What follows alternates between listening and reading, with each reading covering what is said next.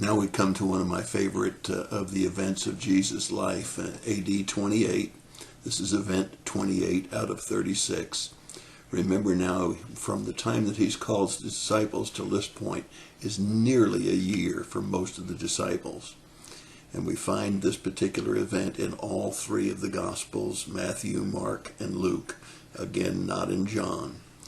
But we find, I like the title that my study Bible uses, The Sea Made Serene. That's a pretty fancy title. If you were going to preach from this one or start out with your basic story of the event, you would probably like the Mark 4, 35 through 41 account, because there's 6 verses there, where there's only 4 verses in Matthew and Luke.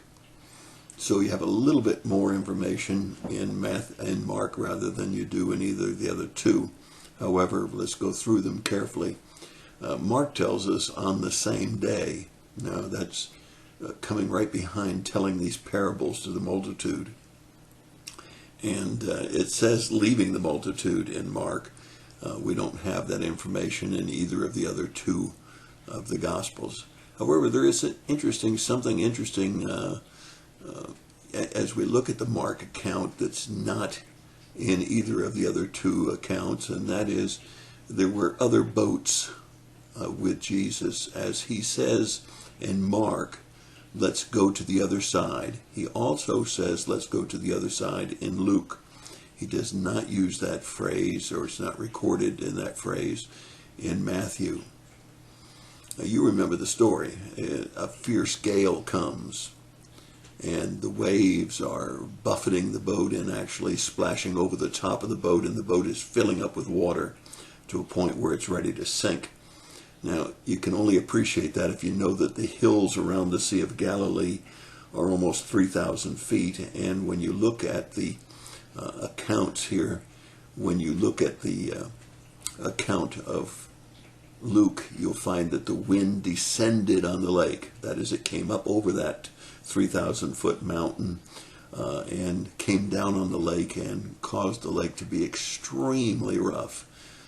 And the boat is about ready to sink. Jesus in Mark tells us he's in the stern of the boat. Other accounts just tell us that he's asleep in the boat on cushions. But it says in the stern, that's the back of the boat, not the bow of the boat. And that he's sound asleep. And the disciples come to him and say, do you not care that we're perishing? Do you not care that we're going to drown?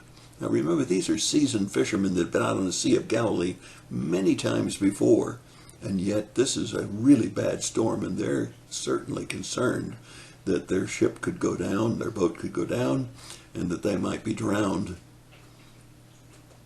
Now, the one thing that's different between Matthew's account and Mark's account is that the rebuking of the disciples and the rebuking of the wind and the sea are reversed.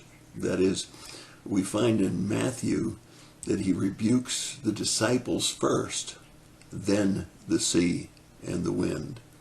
Where in the other 2 accounts, we find that he rebukes the sea first and then the disciples. Nevertheless, he cries out, and I love the phrases that are used in Mark, because he says, hush, be still. It's almost like a child being told by a father or mother to hush and be still. And it says immediately the wind and the waves stopped and the sea became calm. Now that's incredible, because most of us know that when you have a storm, it doesn't immediately subside. It gradually subsides. But when Jesus speaks, it immediately subsides. And his rebuke to his disciples is, why are you so timid in Mark? It doesn't use those exact same words in Matthew or Luke, but he says, where is your faith? Again, that's a fair question, since they have observed Jesus now for almost a year or a little over a year, and have seen all of the things that he can do. Now, it's interesting in Mark it says they were afraid. Now, the wind and the waves have stopped. And they suddenly had a fear because they said to one another, "Who is this that can command even the wind and the waves?" Now, that's an interesting statement because we know in the Old Testament it says the beginning of wisdom is the fear of God. And because here are these seasoned fishermen who were afraid of the wind and the waves, but even after they had calmed, they were still afraid because they didn't understand who this was that could command even the wind and the waves. Now, before you start laughing about these disciples and saying how stupid after a whole year with Jesus, seeing all the things that he could do, they were afraid that they might sink, especially since he was the one that suggested they go across to the other side. I suggest to you that you take a look at your own life. How many times have you gotten yourself into a mess?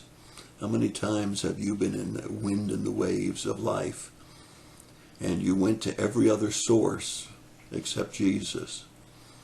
At least these disciples had sense enough to know where to go when they got into trouble. They went immediately to Jesus. And how many times have we gone to every other source except Jesus when the wind and the waves of life are crashing down around upon us? So don't be too rough on the disciples. Maybe we could learn from them. And maybe we could learn that we ought to have an awe, a reverence for the one that can command even the wind and the waves. And that's my thought for the day. God bless you and have a great day.